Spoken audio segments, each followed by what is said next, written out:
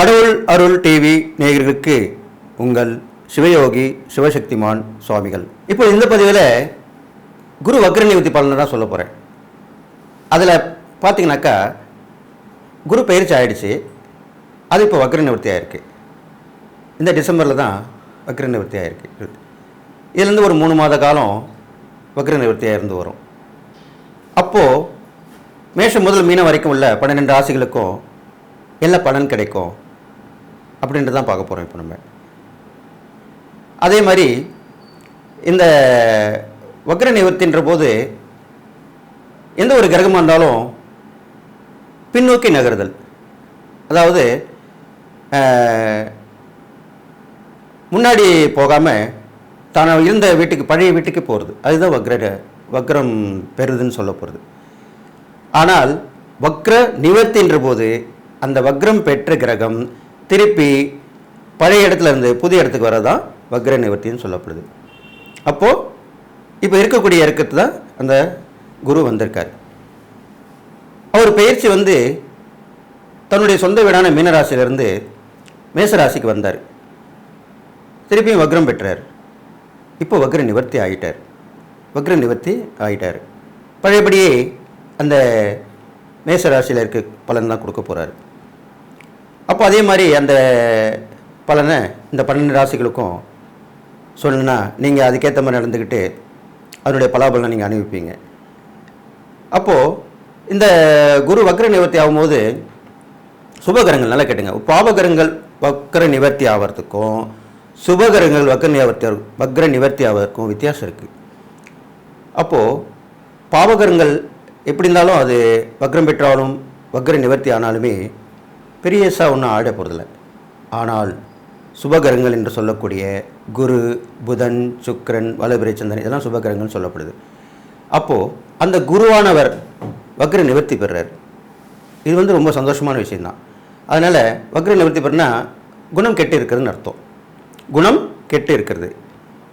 வக்ரம் சொல்கிற சில பேர் நம்ம பேசின்னு இருக்கும்போது அவன் பாரு எப்படி இருக்கான் பாரு, நல்லா இருந்தவன் இப்படி ஆகிட்டான், வக்ரம் பிடிச்சிருக்கான், வக்ரம் பிடிச்சி அலையிறான், எல்லோரும் பார்த்தாலுமே மரியாதை இல்லாமல் பேசுகிறான், கோவப்படுறான், எதுக்கு எடுத்தாலும் கோவப்படுறான், இப்படிலாம் சொல்ல நம்ம கேட்டிருக்கோம். அந்த மாதிரி நிலைமையில் தான் இந்த கிரகங்களும் இருக்கக்கூடிய அம்சம். அப்போ அந்த குரு இப்படி தான் இது நாள் வரைக்கும் இருந்தார். இப்போ வக்ர நிவர்த்தி ஆகிட்டார். வக்ர நிவர்த்தி ஆகிட்டு அடுத்த வருடம் ஏப்ரல் மாதத்தில் திருப்பி பயிற்சி ஆக போகிறார். அதுக்கு முன்னாடி இந்த வக்ர நிவர்த்தி ஆனதுக்கப்புறம் என்ன பலன்கள் அப்படின்றது தான் நம்ம தெரிஞ்சுக்க போகிறோம். வக்ரம் பெற்றிருக்கும் போது ஒரு பலன் கிடைக்கும், வக்ர நிவர்த்தி ஆகும்போது ஒரு பலன் கிடைக்கும். அதனால் நீங்கள் இதை நான் சொல்லக்கூடிய இந்த பலன்களை தெளிவாக புரிஞ்சுக்கிட்டு அதன்படி கேட்டு நடந்து அதுக்குண்டான பரிகாரம்னு சொல்லுவேன், அந்த பரிகாரப்படி நடந்து உங்களுடைய வாழ்க்கையை வளமாக்கி கொண்டு நல்லா வாழணும்னு சொல்லி இந்த வக்ர நிவர்த்தி பலனை இப்போ நான் சொல்ல போகிறேன். இப்போ பார்த்தீங்கன்னா குரு வக்ர நிவர்த்தி ஆயிருக்குன்னு சொல்லியிருக்கு. அது எப்போ நிவர்த்தி ஆச்சு அப்படி உங்களுக்கு கேள்வி எழலாம். அது பார்த்தீங்கன்னாக்கா இந்த மாதம் டிசம்பர் மாதம் சனி பயிற்சி ஆச்சு இல்லையா, மார்கழி 4 டிசம்பர் 20 அன்றைக்கே தான் வக்ர நிவர்த்தி ஆச்சு. அது திருக்கணித பிரகாரம். அதே மாதிரி வாக்கியப்படி பார்த்தீங்கன்னாக்கா இந்த டிசம்பர் 31 கரெக்டாக இந்த 2023 டிசம்பர் 31 வக்ர நிவர்த்தி ஆகிறார் வாக்கியப்படி. இது நான் முழுமையாக சொன்ன மாதிரி இப்போ திருக்கணி தான் நிறைய பேர் பார்த்துட்டு வராங்க. இப்போ உள்ள காலகட்டத்தில் அதுதான் கரெக்டாக ஒர்க் அவுட் பண்ணாக்கா சரியாக வருது. இருந்தாலும் சில விஷயங்கள் நம்ம எந்த ஒரு விஷயமா இருந்தாலும் கோயிலுக்கு போய் பரிகாரம் பண்ணுறது, கோயிலில் தான் போய் நம்ம ஒரு பெயர்ச்சியை விழா எடுத்து நடத்துகிறோம், எல்லாமே ஒன்றிணைந்து பண்ணுறது கோயிலில் தான். அப்போ அந்த கோவிலில் வாக்கியப்படி தான் பண்ணிட்டு வராங்க. அதனால் இது நீங்கள் சரி பண்ணிக்கலாம். எப்படி இருந்தாலும் டிசம்பர் 31 வச்சுங்க. டிசம்பர் 31லேருந்து வக்ர நிவர்த்தி ஆகிறார். வக்ர நிவர்த்தி ஆகிட்டா பழைய பலனை கொடுக்க போகிறார்.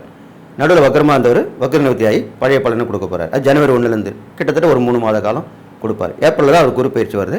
அது வரைக்கும் இந்த 3 மாத காலம் இந்த வக்ர நிவர்த்தி பலனை கொடுக்க போறாரு. அதனுடைய பலன் தான் இப்ப நான் சொல்ல போறேன். 11 நாளில் உங்களின் A to Z பிரச்சனைகளுக்கும் நிரந்தர தீர்வு.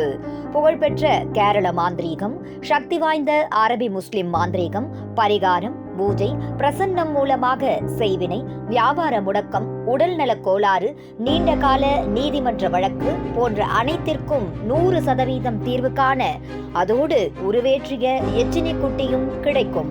உடனே தொடர்பு கொள்ளுங்கள். ஜெயா டிவி புகழ் மேல்மருவத்தூர் குருஜி ஞானகுரு அவர்களை. இந்த குரு வக்ர நிவர்த்தி பலன் தான் சொல்லிட்டு வரேன். அந்த வகையில் மேஷம் முதல் மீனம் வரைக்கும் சொல்லியிருக்கேன்.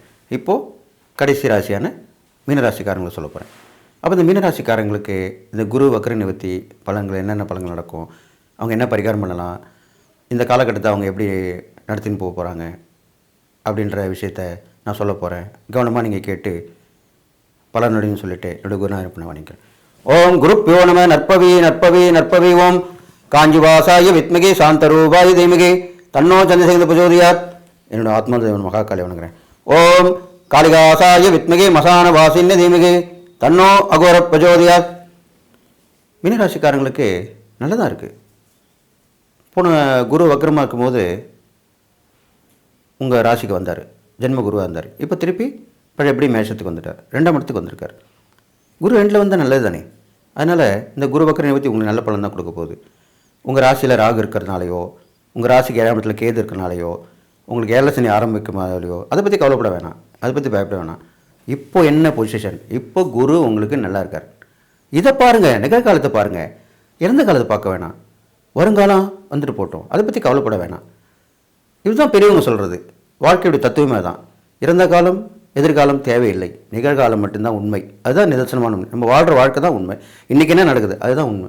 அப்போது குரு இப்போ உங்களுக்கு நல்லா இருக்கார். உங்களுக்கு இவ்வளோ விளக்கமாக சொன்னதான் புரியுமே, அதனால தான் சொல்கிறேன். அதனால் மீனராசிக்காரங்களுக்கு குரு 2ஆம் இடத்துல வந்திருக்காரு. கண்டிப்பாக நல்லது தான் நடக்கும். மற்றதை பற்றி கவலைப்படாதீங்க, யார் எது சொன்னாலும் கவலைப்படாதீங்க, பயப்படாதீங்க. உங்களுக்கு எல்லாமே நீங்கள் ஈஸியாக எடுத்துக்கு போடக்கூடியவங்க தான் மீனராசிக்காரங்க. எல்லாத்தையுமே ஈஸியாக எடுத்துக்கு போகிறவங்க தான். நீங்கள் எல்லோரும் முடியும் அழ மாட்டீங்க, அது எனக்கு தெரியும். கவலைப்பட மாட்டீங்க, எல்லாத்தையுமே டேக் இட் இஸ் பாலிசியாக தான் எடுத்துப்பீங்க, அதுவும் எனக்கு தெரியும். அதனால தான் உங்களுக்கு இந்த நல்ல விஷயங்களை சொல்ல போகிறேன். உங்களுக்கு 2ல் குரு இருக்கனால உங்களுடைய குடும்பத்தில் உள்ளவங்க எல்லாமே உங்களுக்கு அனுசரணையாக ஆதரவாக இருப்பாங்க. எல்லோரும் ஒரு வேலை செய்வாங்க. இதனால் வரைக்கும் எனக்கு என்ன சொல்லுவாங்க, ஒரு வீட்டில் இருக்கிற ஒரு வேலை, ஒரு சின்ன வேலை கூட நடக்காமல் இருக்கும். இப்போ என்ன பண்ணுவாங்க, உங்கள் ஒய்ஃப் மனைவி நான் அதை பண்ணுறேன்னுவாங்க, உங்கள் பிள்ளைகள் இது பண்ணுறேன் அது பண்ணுறேன்னுவாங்க. ஒரு சைட் சப்போர்ட்டாக இருப்பாங்க. அதுதான் உண்மை. அப்போது இந்த குடும்பஸ்தானத்தில் குரு வந்திருக்கனால எல்லோரும் ஆளுக்கு ஒரு வேலையை எடுத்து செஞ்சு ஈஸியாக முடிப்பாங்க. உங்களுக்கு நல்லதாக நடக்கும். பல கேளிக்கை விருந்துகள் அப்படி சொல்கிறோம் இல்லையா, அதெல்லாம் கலந்துப்பீங்க. அதில் சந்தோஷமாக இருப்பீங்க. சுட்டு வட்ட பழக்க வழக்கங்கள் நல்லாயிருக்கும். கொடுக்கல் வாங்கல் கண்டிப்பாக நல்லாயிருக்கும். அதுதான் சொல்லி ஆகணும். கொடுக்கல் வாங்கல் கண்டிப்பாக இருக்கும். இதனால் வரைக்கும் தடைப்பட்டிருந்த விஷயங்கள், யார்கிட்ட உதவி கேட்டிருப்பீங்க, அது கிடைக்காம இருக்கும், இப்போ கிடைக்கும். பண உதவியும் கிடைக்கும், பொருள் உதவியும் கிடைக்கும். இது மாதிரிலாம் பண்ணிட்டு வருவீங்க. அது இல்லாமல் மீனராசி ஆண்களாகவும் சரி பெண்களாக இருந்தாலும் சரி 2 பேருக்குமே சரிசமமாக ஈக்குவலாக இருப்பீங்க. போட்டி போட்டுன்னு செய்வீங்க எந்த ஒரு காரியத்தையும். அதனால் உங்களுக்கு நன்மைகளும் உங்கள் 2 பேருக்குமே சமமாக தான் சேரும். ஒருத்தருக்கு ஒருத்தர் சலைச்சவங்கன்னு சொல்லிட்டு நடந்துப்பீங்க. இது மாதிரிலாம் நடக்கும்.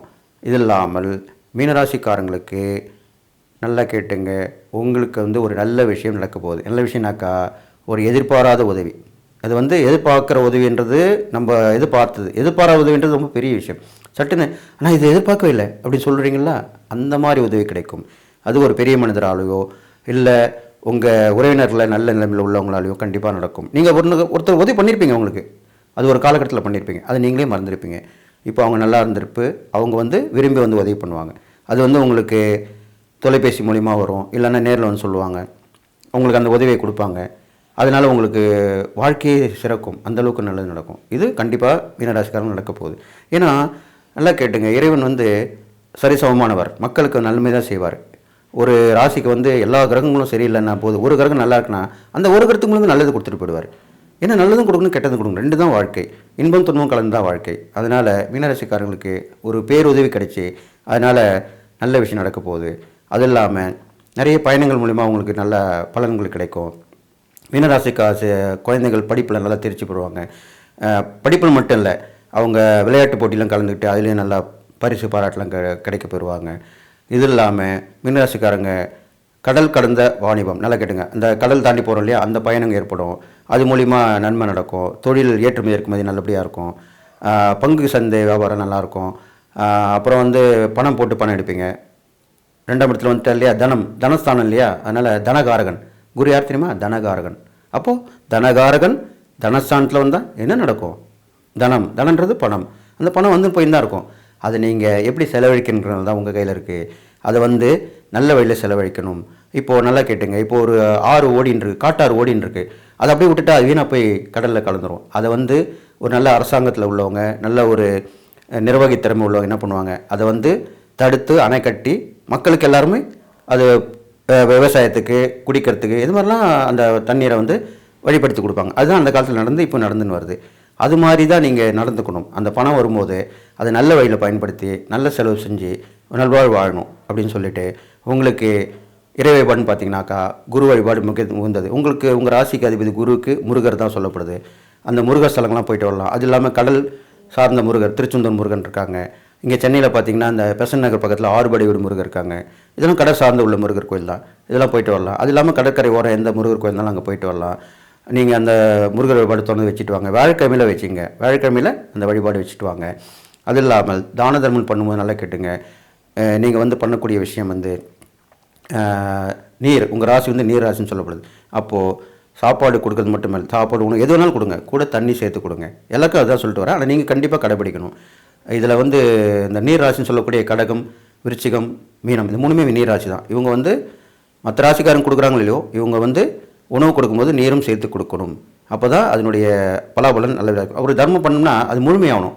ஒரு வேலை பண்ணோம்னா முழுமையாகணும் இல்லையா? அந்த மாதிரி தான் அந்த தர்மம் முழுமையாகணும். அப்போது சாப்பாடு கூட தண்ணியும் சேர்த்து கொடுங்க. அப்போ கண்டிப்பாக உங்களுக்கு அந்த தான தர்மனால் பலன் கிடைக்கும். இது இல்லாமல் நல்லா கேட்டுங்க, அந்த ஈஸ்வரன் விஸ்வரூப இஞ்சர், நல்லா எப்படி சொல்கிறது, ஆதிமில்லாம் வந்து இருப்பாங்க. அது எங்கே இருக்கார்? அது திருவண்ணாமலை. அந்த திருவண்ணாமலையில் இருக்கிற ஈஸ்வரன் தான் அப்படி சொல்லப்படுறாரு. ஏகாந்தமாக இருப்பார். அவர் அடிமுடி தேடி பிரம்மாவும் விஷ்ணுவும், பிரம்மா மேலே போனார், விஷ்ணு கீழே போனார். கண்டுபிடிக்க முடியல யாருன்னு. பிரம்மா போய் சொன்னார், அவருக்கு தான் அந்த கோயில் இல்லைன்னு சாபம் வந்தது. இது இல்லாமல் தாழம்பூ போய் சொன்னதால தாழம்பூ வழிபாடு இல்லைன்னு சொல்லப்பட்டது. அதனால் அந்த ஏகாந்தமான ஈஸ்வரர், அந்த அண்ணாமலை அருணாச்சலேஸ்வரர், அவரை வணங்கிட்டு வாங்க. உங்களுக்கு கண்டிப்பாக நல்லது நடக்கும். அங்கே உள்ள கிரிவலத்தில் கலந்துட்டுக்குங்க. அங்கே தானம் தர்மம் பண்ணிட்டு வாங்க. அங்கே நிறைய சாதுக்கள் இருப்பாங்க. பொதுவாக மீனராசிக்காரங்களாம் என்ன சொல்லுவோன்னா, இந்த ஆன்மீக பெரியவர்கள், சாதுக்கள், ஏழை எளியவங்க அதிலே இருப்பாங்க. சாப்பாட்டுக்கு இல்லாமல் கஷ்டப்படுறவங்களாம் இருப்பாங்க. நிறைய பேர் சொத்துலாம் விட்டு தான் வந்து இருப்பாங்க சாதுக்கள். இப்போ நான் சமீபத்தில் பேட்டிலாம் பார்க்கும்போது இப்போ நிறைய பேர் வந்துடுறாங்க டிவியில், யூடியூப்லாம். அப்போ அவங்க சொல்கிறாங்க, நான் இத்தனை கோடி விட்டு வந்தேன், சொத்தெல்லாம் எழுதி கொடுத்துட்டு வந்துட்டேன், நான் இங்கே அண்ணாமலையரே கெதின்னு வந்து உட்காந்துருக்கேன் அப்படின்லாம் சொல்கிறாங்க. இது உண்மையான விஷயம். அவங்களே தான் சொல்கிறாங்க. அப்பேற்பட்ட ஆளுங்களுக்குள்ள போய், ஏன்னா அவங்க வாழ்ந்து கட்டவங்கள்றது எவ்வளோ மனசு கஷ்டப்படுவாங்க தெரியுமா? அவங்களுக்கு போய் நீங்கள் தேடி போய் ஆடை கொடுத்து, தான தர்மம் வந்து உணவு கொடுத்து வந்தீங்கன்னா ரொம்ப விசேஷம் அப்படின்னு சொல்லிட்டு, இந்த மீனராசிக்காரங்களுக்கு இந்த 2 குருக்கெலாம் நல்லது தான் நடக்கும். நீங்கள் எல்லா நாளும் பெற்று வாழ்வீங்க. உங்களுக்கு இந்த இறை வழிபாடு பண்ணுங்கள், தான தர்மங்கள் பண்ணுங்கள். உங்களுக்கு இந்த குரு வக்ர நிவர்த்தி பலன், குரு பயிற்சி, இந்த வக்ர நிவர்த்தி கண்டிப்பாக நல்லதாக நடக்கும். அடுத்து வரதை பற்றி கவலைப்பட வேணாம். இப்போ உள்ளது நல்லா இருக்கனால இதை பற்றி நீங்கள் பண்ணிட்டு வாங்க. கடவுள் அருள் டிவியை பார்த்தமைக்க நன்றிகள். மேலும் இது போன்ற தகவல்களை தெரிந்து கொள்ள கடவுள் அருள் டிவியை சப்ஸ்கிரைப் செய்யுங்கள். மறக்காமல் பெல் ஐக்கானை கிளிக் செய்யுங்கள். 11 நாளில் உங்களின் A to Z பிரச்சனைகளுக்கும் நிரந்தர தீர்வு. புகழ்பெற்ற கேரள மாந்திரீகம், சக்தி வாய்ந்த அரபி முஸ்லிம் மாந்திரீகம், பரிகாரம், பூஜை, பிரசன்னம் மூலமாக செய்வினை, வியாபார முடக்கம், உடல்நலக் கோளாறு, நீண்ட கால நீதிமன்ற வழக்கு போன்ற அனைத்திற்கும் 100% தீர்வு காண அதோடு உருவேற்றிய எச்சினி குட்டியும் கிடைக்கும். உடனே தொடர்பு கொள்ளுங்கள் ஜெயா டிவி புகழ் மேல்மருவத்தூர் குருஜி ஞானகுரு அவர்களை.